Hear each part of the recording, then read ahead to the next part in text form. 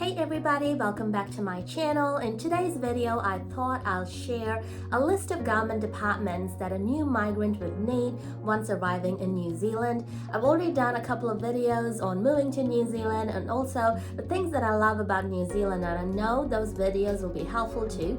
So towards the end of this video, I'll make sure I tag those videos. If this is your first time watching one of my videos, my name is Beulah Thomas and I post videos every single Wednesday on motherhood, home and life motivation, and lately I have been posting videos on moving to and living here in New Zealand. So if you like such content, don't forget to hit that subscribe button before this video ends.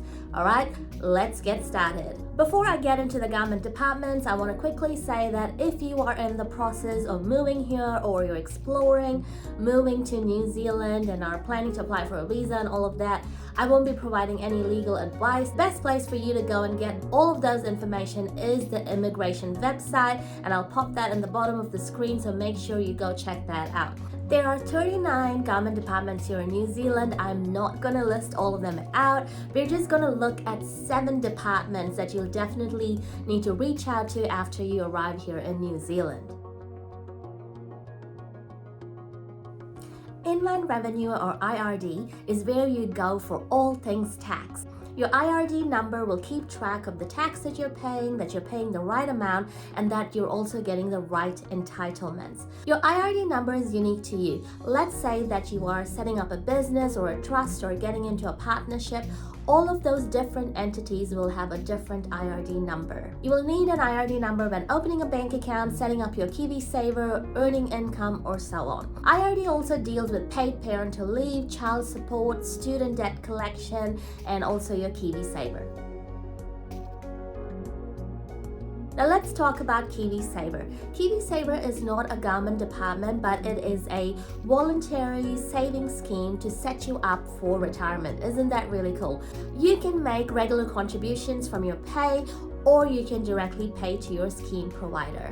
KIWI Saver is a pension scheme that's been supported by the government, replacing superannuation. If you stay enrolled in KIWI Saver, you will pay 3%, 4%, 6%, 8%, or 10% of your before tax income, and your employer will also make a contribution, so around 3% of your pay, to go into your KIWI Saver scheme.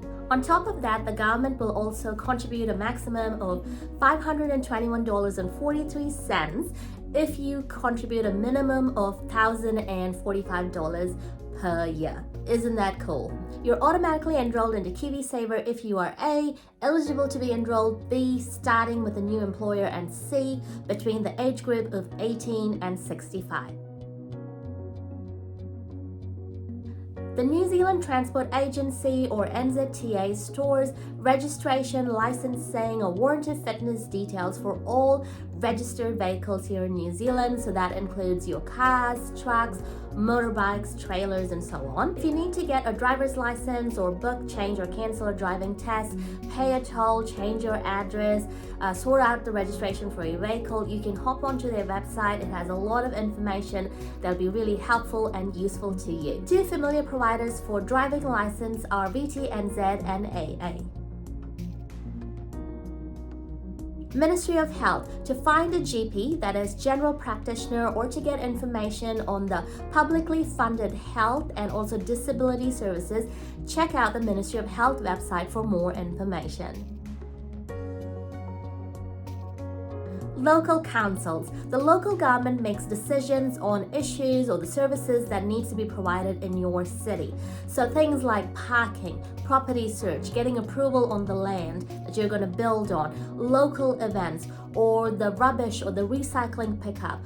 All of this is dealt by your local council. So I'm going to put the website on the screen. This will be really useful when you're moving to a brand new city here in New Zealand, to sort of like see how things run in that city, because even things like rubbish pickup or collection pickup differs from city to city here in New Zealand.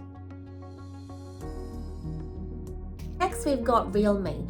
RealMe is the most secure and easiest way to prove your identity online. When you're engaging with other New Zealand businesses or even government departments, having a RealMe account definitely helps.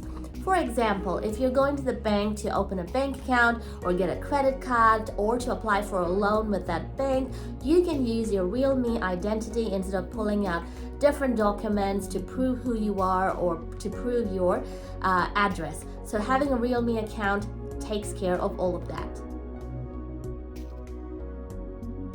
If you're considering to set up a business or even open up a charity here in New Zealand, it's pretty easy to do. So let's talk about setting up a business. You just have to go to the company's website and then register your business. There is a registration fee. At the moment, it is $118.74 plus GIST. So it's pretty easy process to do that. So that's how you can get started on setting up your business.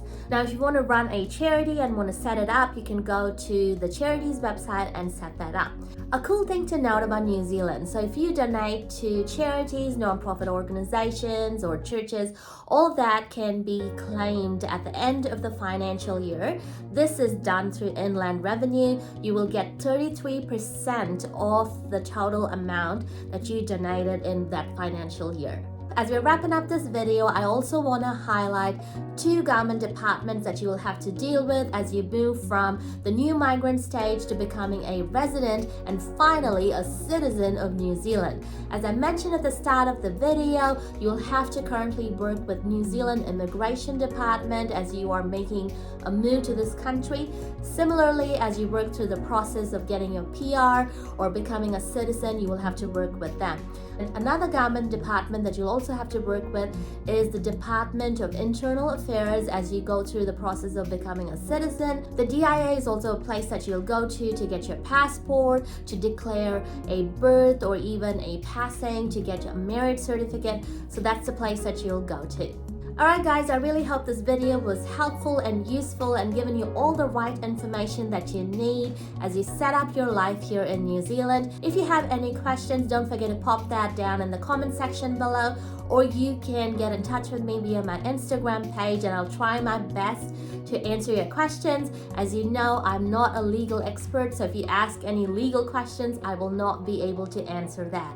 If you enjoyed this video and this content, don't forget to give this video a like, and if you want to keep watching videos with a similar content, don't forget to hit that subscribe button and turn your notifications on. So hey, thank you so much for watching and making it thus far in this video. And I'm also going to tag the video that I was talking about, and I'm just going to pop that right over here. If you are in the process of moving, I know you will find it really helpful. I look forward to seeing you with a brand new video next Wednesday. Bye guys!